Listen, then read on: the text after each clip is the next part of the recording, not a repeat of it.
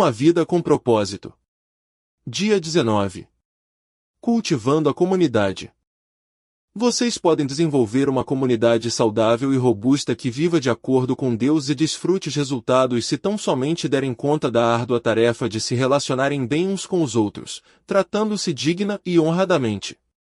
Tiago 3.18. Eles se dedicavam ao ensino dos apóstolos, à vida em comum, à refeição comunitária e às orações. Atos 2.42. Comunidade exige comprometimento.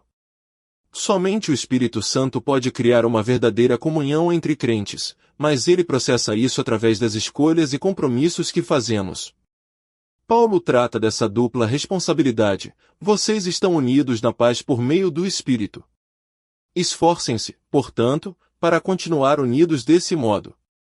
É necessário tanto o poder de Deus quanto o nosso esforço para produzir uma comunidade cristã amorosa. Infelizmente, muitas pessoas crescem em famílias com relacionamentos perniciosos, então carecem das habilidades relacionais necessárias à verdadeira comunhão. Elas devem ser ensinadas a lidar e se relacionar com as outras pessoas na família de Deus. Felizmente, o Novo Testamento é repleto de instruções sobre como partilhar uma vida. Paulo escreveu: escrevo-lhe estas coisas, para que saiba como viver na família de Deus. Essa família é a igreja. Se você está cansado de comunhão fajuta e gostaria de cultivar uma comunidade amorosa com uma comunhão verdadeira em seu grupo pequeno, classe de escola dominical ou igreja, será necessário fazer algumas escolhas difíceis e assumir alguns riscos. Formar uma comunidade exige sinceridade. Você deverá ter uma grande dedicação a falar a verdade de forma carinhosa, mesmo quando preferir passar por cima de um problema ou desconsiderar um assunto. Embora seja muito mais fácil permanecer em silêncio enquanto os outros à sua volta prejudicam a si próprios e aos outros com alguma prática pecaminosa, essa não é a atitude de amor a ser tomada. Poucas pessoas podem contar com alguém que as ame o suficiente para dizer-lhes a verdade, mesmo quando a verdade machuca, então continuam em caminhos de autodestruição. Nós frequentemente sabemos o que precisa ser dito a alguém, mas nossos temores nos impedem de dizer. Muitas comunidades são sabotadas pelo medo, ninguém tem coragem de falar em meio ao grupo, enquanto a vida de um membro desmorona. A Bíblia nos manda falar a verdade em amor, por que não podemos ter uma comunidade sem sinceridade? Salomão disse: a resposta sincera é sinal de uma amizade verdadeira. Algumas vezes, isso significa importar-se a ponto de carinhosamente questionar aquele que estiver pecando ou sendo tentado a pecar. Paulo diz: irmãos, se alguém for surpreendido em algum pecado, vocês, que são espirituais, deverão restaurá-lo com mansidão. Muitas comunidades e grupos pequenos permanecem superficiais por terem receio de conflitos. Toda vez que uma questão vem à tona e pode causar tensão ou desconforto, é imediatamente encoberta, a fim de preservar uma falsa sensação de paz. O Sr. Panos Quentes intervém e tenta aplacar os ânimos. O assunto nunca é resolvido, e todos vivem com uma frustração dissimulada. Todos sabem do problema, mas ninguém fala sobre ele abertamente. Isso cria um ambiente doentio de segredos, onde floresce a fofoca. A solução de Paulo era direta: chega de mentiras, chega de fingimento. Fale a verdade ao seu próximo. Afinal, no corpo de Cristo, estamos todos ligados uns aos outros. Quando você mente para os outros, você acaba mentindo para si mesmo. A verdadeira comunhão, seja no casamento, seja na amizade, seja na sua igreja, depende da franqueza. Na verdade, o túnel do conflito é a travessia para a intimidade em qualquer relacionamento. Até que vocês se importem o suficiente para confrontar e solucionar os obstáculos encobertos, jamais ficarão íntimos uns dos outros. Quando um conflito é tratado corretamente, crescemos em intimidade uns com os outros ao enfrentar e resolver nossas diferenças. A Bíblia diz: no final, as pessoas valorizam a sinceridade mais que a bajulação. Franqueza não. É uma licença para dizer o que você quer, onde quiser e sempre que quiser. Não é grosseria. A Bíblia diz que existe um tempo certo e um modo certo de fazer cada coisa. Palavras impensadas deixam feridas permanentes. Deus nos manda falar uns aos outros na igreja como carinhosos membros da mesma família. Não repreenda asperamente o homem idoso, mas exorte-o como se ele fosse seu pai. Trate os jovens como a irmãos, as mulheres idosas como a mães, e as moças como a irmãs. Lamentavelmente, milhares de comunidades foram destruídas por falta de honestidade. Paulo teve de repreender a igreja de Corinto pelo seu código de silêncio passivo, ao permitir a imoralidade em sua comunidade. Visto que ninguém tinha coragem de enfrentar o problema, ele disse: vocês não podem simplesmente virar para o outro lado e esperar que isso vá embora por si mesmo. Exponham a situação e lidem com ela. Melhor a desolação e o constrangimento do que a condenação. Vocês deixam isso passar como sendo algo pequeno, mas é tudo, menos pequeno. Não deveriam agir como se tudo estivesse tranquilo. Quando um de seus companheiros cristãos é promíscuo ou delinquente, é impertinente com Deus ou indelicado com os amigos, quando se embebeda ou se torna ganancioso e voraz. Vocês não podem simplesmente concordar com isso, agindo como se fosse um comportamento aceitável. Não sou responsável pelo que fazem os de fora, mas não teríamos alguma responsabilidade por aqueles de dentro de nossa comunidade? Formar uma comunidade exige humildade. A presunção, o convencimento e o orgulho obstinado destroem a comunhão mais rápido que qualquer outra coisa. O orgulho ergue muros entre as pessoas, a humildade ergue pontes. A humildade é o unguento que acalma e suaviza as relações. É por isso que a Bíblia diz: sejam todos humildes uns para com os outros. A vestimenta adequada à comunhão é a postura humilde. O resto do último versículo diz: porque Deus se opõe aos orgulhosos, mas concede graça aos humildes. Essa é a outra razão pela qual precisamos ser humildes. O orgulho obstrui a graça de Deus em nossa vida, a qual devemos ter para crescer, nos transformar, ser sarados e ajudar os outros. Recebemos a graça de Deus ao admitir humildemente que precisamos dela. A Bíblia diz que, no momento em que somos arrogantes, vivemos em oposição a Deus. Essa é uma maneira tola e perigosa de viver. Você pode desenvolver a humildade de várias maneiras práticas, admitindo suas fraquezas, sendo paciente com as fraquezas dos outros, estando aberto para admoestações e pondo os outros em evidência. Paulo orientou: tenham a mesma atitude uns para com os outros. Não sejam orgulhosos, mas estejam dispostos a associar-se a pessoas de posição inferior. Não sejam sábios aos seus próprios olhos. Aos cristãos em Filipos ele escreveu: humildemente considerem os outros superiores a si mesmos.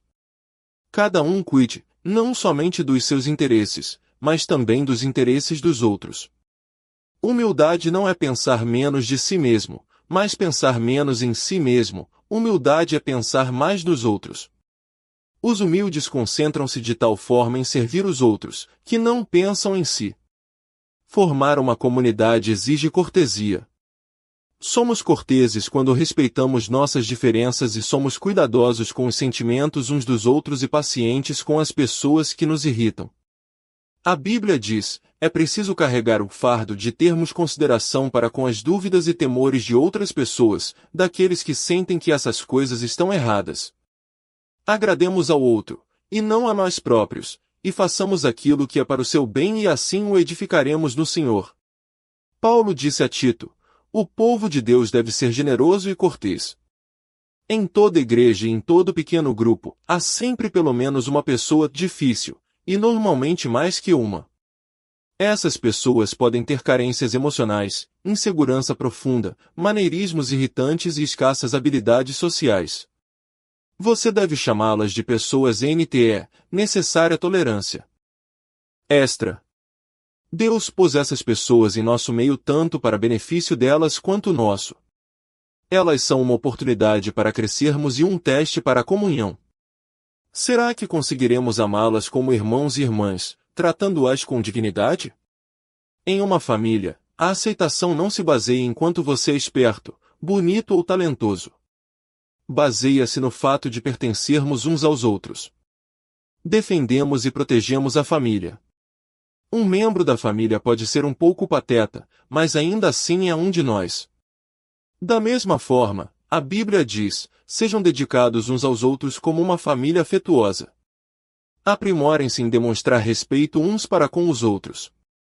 A verdade é que todos temos excentricidades e traços de temperamento irritantes, mas comunidade não tem nada que ver com compatibilidade.